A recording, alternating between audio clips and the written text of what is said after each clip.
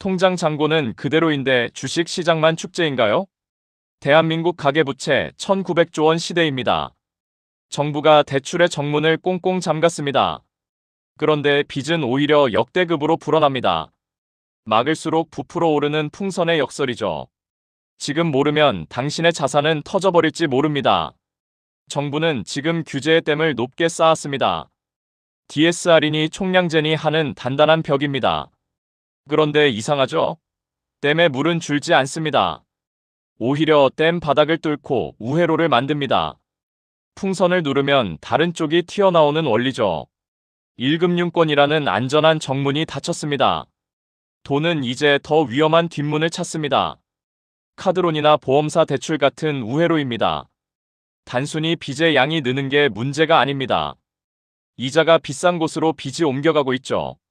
부채의 질이 나빠지고 있다는 차가운 경고입니다. 여러분도 이 위험한 풍선을 불고 계신가요? 주가가 오르니 일단 빌리고 보자는 심리죠. 하지만 풍선은 약한 고리부터 터지기 마련입니다. 풍선을 불게 만드는 진짜 범인은 누구일까요? 범인은 나만 뒤처질 수 없다는 공포, 포모입니다. 코스피랠리에 사람들은 도박을 시작했습니다. 축제장 밖 사람들은 늪으로 걸어 들어갑니다. 그 소름 돋는 심리를 다음 장에서 파헤칩니다. 나만 빼고 다 벌었네? 라는 생각 드시죠? 채팅방 수익 인증샷은 심장을 덜컥이게 합니다. 이제 희망 대신 소외에 대한 공포가 가득하죠. 이 포모는 당신의 이성적 판단을 마비시킵니다. 결국 떨리는 손으로 대출 버튼을 누르게 하죠. 지금 주식시장은 거대한 파티장 같습니다. 정부가 규제의 담장을 높게 쌓았지만요. 안의 환호성은 위험한 사다리를 사게 하죠. 은행이 안 된다면 카드론이라도 빌리려 하죠. 저 열차에 꼭 올라타야 한다는 강박입니다. 하지만 이건 벼랑 끝에서 벌이는 질주죠.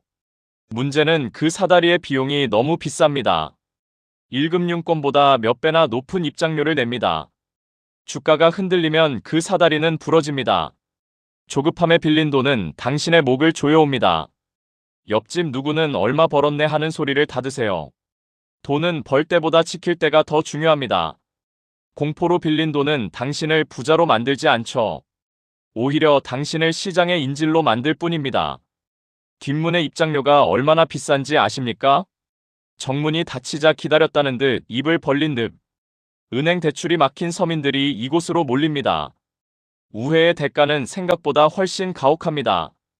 가만히 있어도 자산이 녹아내리는 메커니즘이죠. 그 숨겨진 이자의 덫을 낱낱이 파헤칩니다. 은행 창구에서 거절될 때 세상이 무너졌죠. 하지만 진짜 위기는 그 문을 나온 뒤입니다. 정문이 잠기자 달콤하게 손을 내미는 곳들. 바로 카드론과 보험사 대출이라는 뒷문이죠. 무심코 잡은 손은 자산을 녹일 난로입니다. 부채의 색깔이 급격히 변하고 있습니다. 저금리 물줄기가 막히고 흙탕물이 흐릅니다. 보험 약관 대출은 노후 자산을 갉아먹습니다. 당장은 편해도 결국 독배를 마시는 겁니다. 미래 생존권을 담보로 잡히는 위험한 거래죠. 은행보다 몇 배 높은 이자는 수익을 비웃습니다. 10% 벌고 15% 내면 당신은 가난해지는 중이죠. 이제 냉정하게 계산기를 다시 두드려 보세요. 주식시장에 공짜 뒷문 따위는 존재하지 않습니다. 부채의 질이 나빠지면 경제는 조각납니다. 당신의 이름 석자에 기대어 빌린 신용대출. 2금융권 신용대출은 안전벨트 없는 외줄타기죠. 상승장일 때는 모든 것이 다 괜찮아 보입니다. 하지만 바람의 방향이 바뀌면 어떻게 될까요?